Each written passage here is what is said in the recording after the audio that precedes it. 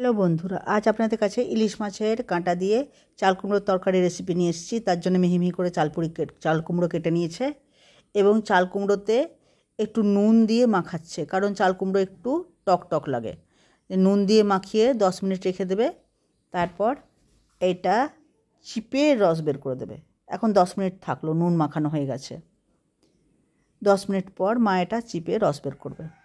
এই যে মা চিপে রস বের করছে। এইরকম করে রস না বের করলে চাল কুমড়ো রাঁধলে একটু টক টক লাগে, তাই নুন দিয়ে মাখিয়ে তারপর ওটাকে চিপে বের করে দেবেন রসটা।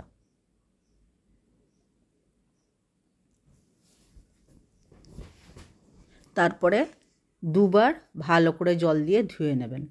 বাকি যদি টক টকটা থাকে তাহলে সেটা বেরিয়ে যাবে।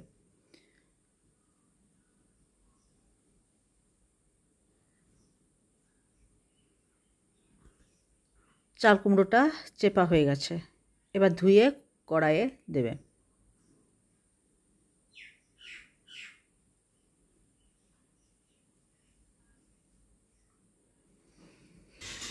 কড়াইয়ে তেল দিয়ে দিয়েছে, তেলটা গরম হয়ে গেছে। এবারে একটা বড় পেঁয়াজের অর্ধেকটা দিয়ে দেবে। কমই লাগে এতে পেঁয়াজ, বেশি পেঁয়াজ লাগে না। এবারে এটা একটু লাল করে ভাজবে। একটু লাল করে ভাজার পর ইলিশ মাছের কাঁটা আর একটা দুটো টুকরো আছে, ওইগুলো দিয়ে দেবে।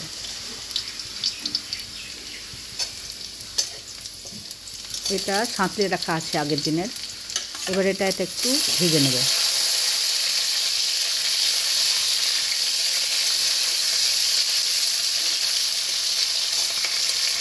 একটু তেলটা ছিল, তেলটাও দিয়ে দিল।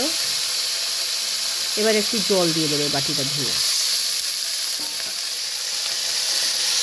এবারে রসুন বাটা দেবে, হাফ চামচ বা হাফ চামচ থেকে একটু কম। হাফ চামচ দেখি দেখাও, দেখতে পাচ্ছি। হ্যাঁ, হাফ চামচ রসুন দিয়ে দিল।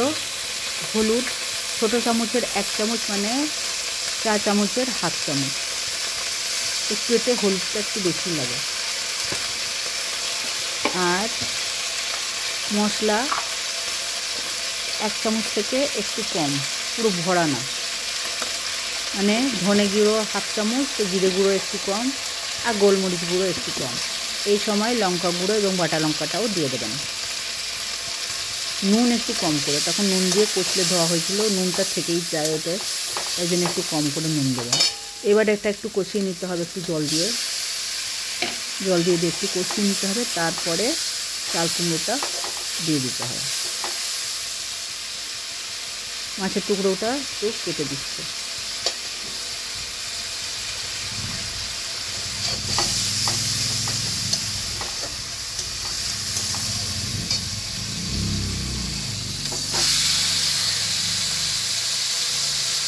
এবারে চাল কুমড়োটা দিয়ে দিল।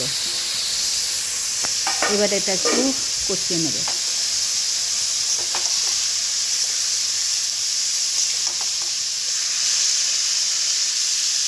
এবারে এটা একটু ভালো করে কষিয়ে নেবে। তারপরে জল দিয়ে ঢেকে দেবে। আর এতে গোটা লঙ্কা দিয়ে দাও তো, 3-4টা গোটা।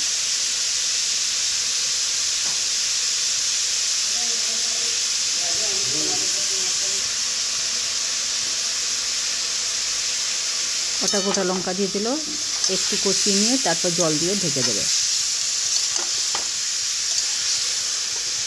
আপনারা কে কোথা থেকে দেখছেন, এইভাবে চাল কুমড়ো রান্না করে খেয়ে দেখবেন। এটা ডাল ভাত দিয়ে অপূর্ব লাগে।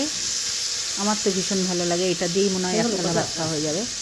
তো এইভাবে আপনারা রান্না করে খেয়ে দেখবেন আপনাদের কেমন লাগছে। এটা দিয়ে রুটিও খেতে ভালো লাগে, রুটি পরোটা।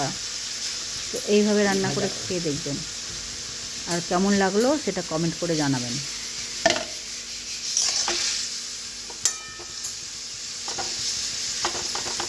আপনারা যদি এই প্রথম আমার ভিডিও দেখছেন তো লাইক শেয়ার সাবস্ক্রাইব করে দেবেন। আর যদি ভালো লাগে তো নিশ্চয়ই সাবস্ক্রাইব করবেন এবং পাশে থাকা বেলটাও টিপে দেবেন। তাহলে আমি নতুন ভিডিও দিলে সহজেই আপনার কাছে পৌঁছে যাবে। এইবারে ঢাকনা দিয়ে ঢেকে দিল। 10 মিনিট পর আবার দেখাচ্ছি। জলটা শুকিয়ে গেছে।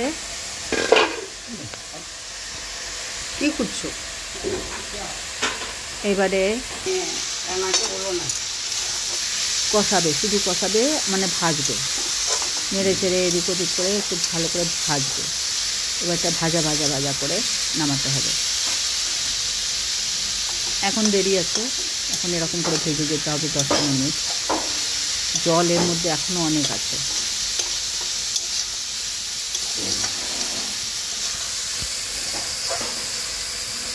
এখন মা অনেকক্ষণ ধরে ছড়িয়ে ছড়িয়ে চারপাশে এটাকে এইভাবে ভাজতে থাকবে।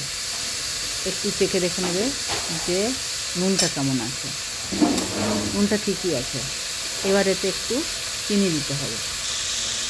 চিনি একটু হাতটা দেখিয়ে 1.5 চামচ। ক্যামেরার দিকে আমরা এটা একটু দাঁড়ুতে মিষ্টি পছন্দ করি। ঠিক আছে। আপনারা যে যেমন চিনি খাবেন সেরকম দিয়ে দেবেন। আর যদি চিনি না খান তাহলে মিষ্টি নাও দিতে পারেন। যদি ধরুন আপনার যদি সুগার আছে তো সুগার ফ্রি দিতে পারেন, কিংবা যদি তাও না দিতে চান তাহলে নুনের পরিমাণ কম দেবেন, তাহলে এটা মিষ্টি মিষ্টি লাগবে। তো এইভাবে মা চিনি দিয়ে দিল। এবার এটা এখন আরও কিছুক্ষণ এইভাবে কষাবে, ভেজে ভেজে ভেজে ভেজে তারপর নামাবে। আর কিছু এতে দিতে হবে না, ব্যাস ভালো করে এটা ভেজে ভেজে ভেজে ভেজে শুকনো শুকনো করে নামাতে হবে।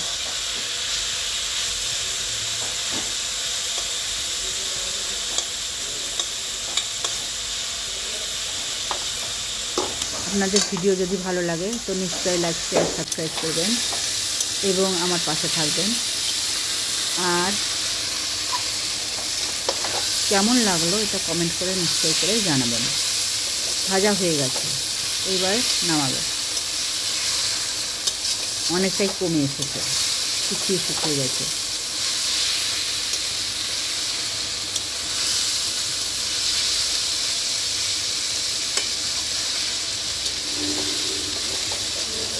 একটু আঁচটা কমিয়ে দাও, এই যেরকম। হ্যাঁ, এবার মা এটাকে নামাচ্ছে। এই দেখুন হয়ে গেছে।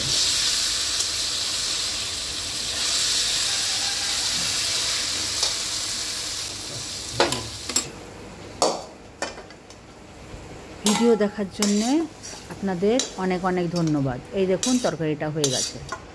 আমি ওদের থালাটা ভিডিওতে নেবো না। তরকারিটা হয়ে গেছে। এই দেখুন। আরে ওখানে রাখো না, তুমি কড়াই সরিয়ে দাও। আপনাদের ভিডিও দেখার জন্য অনেক অনেক ধন্যবাদ।